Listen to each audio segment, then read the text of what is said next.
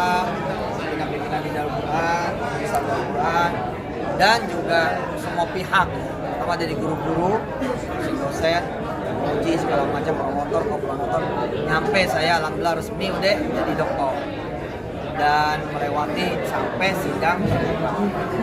Ya perjalanannya nggak gampang, dulu sempat dikeluarin, pulang S1 dulu, S1 saya sempat dikeluarin, pasti kan dikeluarin dia ngomong lagi, promotornya cerita, saya sempat dikeluarin tapi balik lagi, ya itulah Yusuf Mansur, artinya ya bahwa belum nyampe, nggak jadi nyampe dan segala macamnya, bangun aja, jalan aja, ntar juga nyampe. Asal kita nggak ada berhentinya, nggak ada putusnya, nggak ada menyerahnya, nggak ada kecewanya, nggak ada putus. Dan ini sekaligus menjadi ngajarin anak-anak saya jangan ngeremehin untuk ilmu, sekolah yang tinggi, dan ya ambil gelar itu.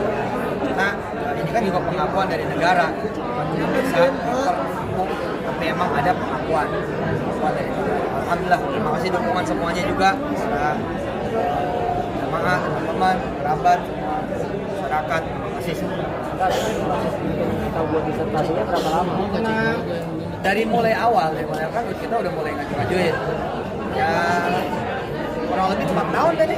Disertasinya. Iya. Lama ya. Makanya nggak bisa kumlot. Kan kumlot itu kan harusnya tepat waktu. Jadi paling tinggi ya sangat memuaskan. Tapi ya udah lulus aja udah alhamdulillah. Nah, yang penting kan bener. Yang penting adalah benernya,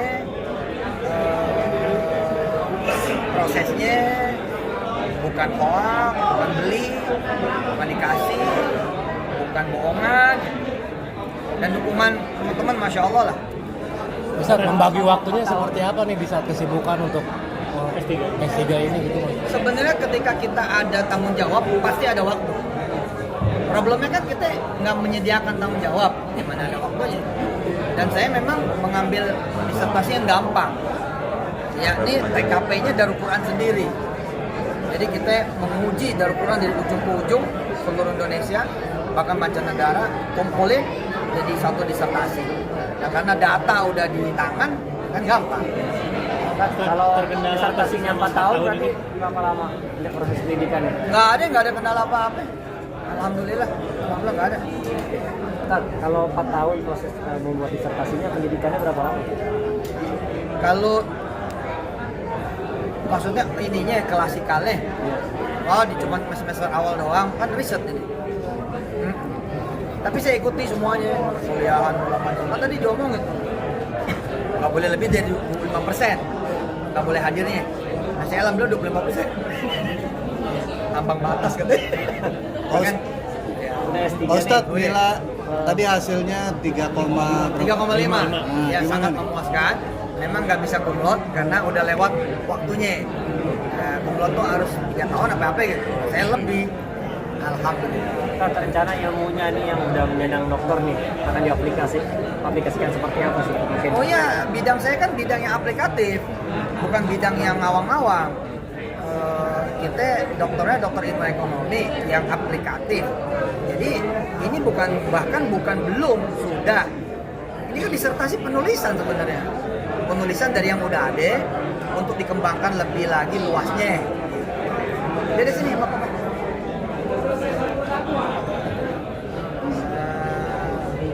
Ini kiri. Nah, aku di sini, ambil mama. Ini anak-anak saya nih, biar pada jadi dokter semua, amin. Nah, Kak Wirda, tantangannya nih Kak Wirda sebagai anak pertama nih, ngeliat apa? Gimana? Ya menjadi motivasi tersendiri pastinya, mengikuti jejak ayah dan mudah-mudahan bisa terus melanjutkan pendidikan sampai selesai S1, S2, S3 dan seterusnya, kemudian kembali lagi mengimplementasikan apa yang sudah dipelajari untuk mendedikasikan semuanya ke pesantren lagi, dimana berasalnya kita di situ, ya di situ pula kita kembali. Mungkin lihat sang ayah meraih gelar dokter, ingin juga nanti mungkin Wirda mengikuti jejak ayah. Pastinya insya Allah, dan kan kita nggak tahu juga masa depan akan seperti apa, ikuti jejaknya di bagian yang mana, bisa jadi dari satu full ayah dengan segala macam yang beliau miliki kemampuannya, bagi-bagi nih ke anak-anaknya, ada yang ngikutin ahli ustadznya, ada yang ngikutin ahli ekonominya, ada yang ngikutin ahli doktornya, dan kita kan nggak tahu juga seperti apa, tapi ya pastinya insya Allah mengikuti jejak ayah. selama yang belajar S3 4 tahun di rumah gimana ini? Apa lebih banyak pendiam fokus ke belajar? Papa tuh orang yang paling gak bisa diem dan gak bisa berhenti belajar. Setiap hari juga ada aja yang papa omongin sama kita gitu. Jadi ada banyak banget ilmu-ilmu yang diajarin papa sih.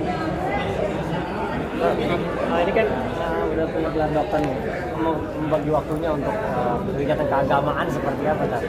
Semua hidup kita kan agama, nggak ada yang berubah. Saya termasuk yang tidak mendikotomi antara agama dan bukan. Semua hidup ini agama. Ya kita jangan pernah keluar dari Allah aja. Kalau perlakuan istri sama anak sudah apa? Pertama dia yang bayar. SPP semesteran. Ya enggak nolongin kan. Kita kalau lagi online kan saya alhamdulillah save by online.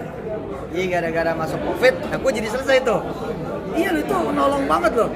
Alhamdulillah itu. Lebih banyak. Nah, ya artinya bisa sambil ngerjain yang lain. Dan istri mensupport bahan-bahan, ya, terutama bahan minuman ya, kopi ya. Pokoknya supportnya luar biasa, terutama doa-doa. Dan saya bener-bener nih pengen anak-anak saya ikutin contoh gitu. Artinya kan anak sekarang begini ya, anak sekarang itu kan bilang ngapain sih kuliah, yang penting kuliah. Nggak gitu, kuliah tetap penting. Jangan anggap bisa lo, pasti ada yang baru, pasti ada yang belum. Ayo belajar terus.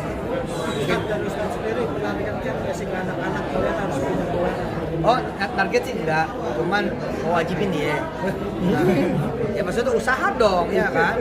Artinya kita harus mempush limit. Jangan, ya gue mah nggak punya duit, gue mah nggak punya waktu. Terus diam, jangan. Kita belum nyampe limitnya.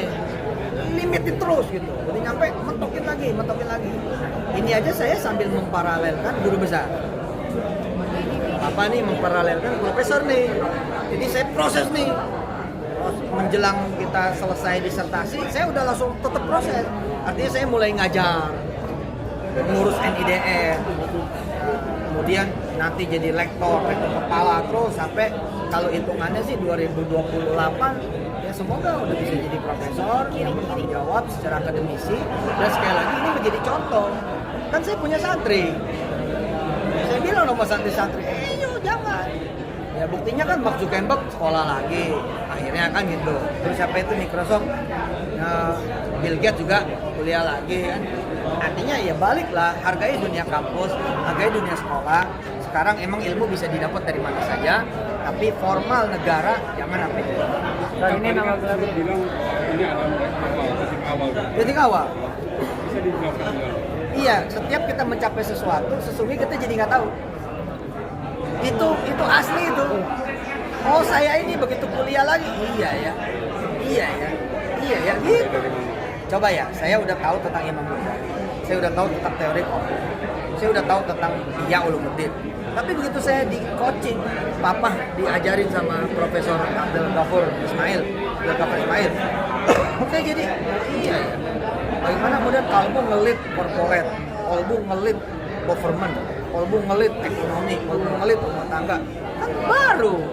Tapi ternyata gue nggak boleh sombong dong.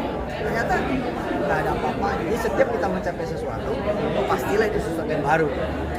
Buka lagi cakrawala berikut, sampai jangan pernah puas di urusan ilmu. Kalau harta harus puas, tapi urusan ilmu jangan. Dan ini nama gelarnya apa tuh? Doktor. Ya udah dokter itu. Dokter aja. belum menteri, belum anggota dewan. Tadi kan disertasi tentang pendidikan Ekonomi. Tentang apa pesantren Pondok Kalbu sendiri? Iya, Darul Quran. Seperti apa sih wajibnya ekonomi? Iya, kita ingin menampakkan kepada dunia bahwa ada potensi ekonomi yang super raksasa di pesantren.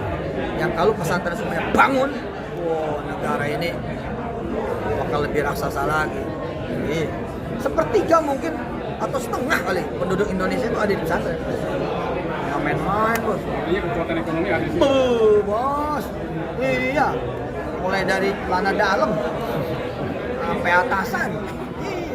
Ustaz, Makanan, minuman. sekarang kan terjun di dunia politik juga nih, sebagai politikus disertasi ini akan diimplementasikan. Iya dong, ini kan kebijakan publik, ranahnya ranah regulator. Pas, mudah-mudahan kita lolos naya dia. Kemarin kan sempat ada soal pengelolaan pesantren. membantu, dan negara kan sekarang masuk ke pesantren lewat undang-undang ya, yang terbaru, undang-undang tahun 2019, undang-undang nomor 18 tahun 2019. Undang-undang ini membuka pertama rekognisi, pemerintah mengakui keberadaan pesantren. Ya, kemudian pemerintah membantu pesantren dengan tidak perlu pesantren khawatir akan adanya intervensi. Jadi kekuasaan, kurikulum, secara mandatori itu tetap nih yang memiliki ya pesantren-pesantren sendiri. Cuman pemerintah nanti membimbing, memberikan penguatan, memberikan pengakuan sehingga pesantren bisa kemana-mana lebih lagi daripada sebelumnya. Contoh, anak pesantren misalkan bisa masuk negeri, anak pesantren bisa jadi polisi, anak pesantren bisa jadi tentara, nggak perlu lagi persamaan, nggak perlu lagi apa gitu loh, susah-susah. Tapi kalau secara global, melihat kondisi pesantren seperti apa? Sudah mulai ke pendidikan sistem modern? Udah dua dasawarsa nih, udah dua dasawarsa, udah dua kayak lebih malah.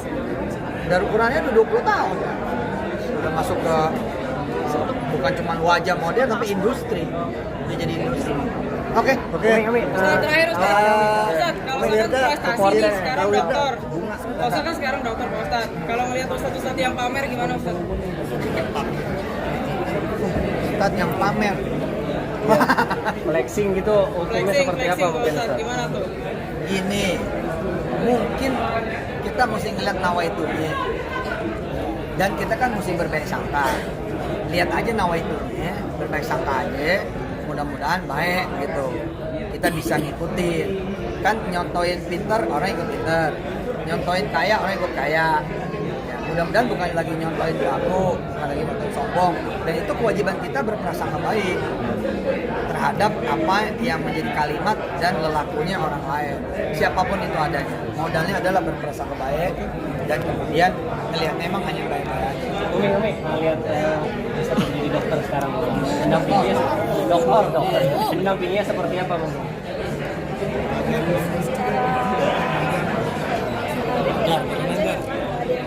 Iya.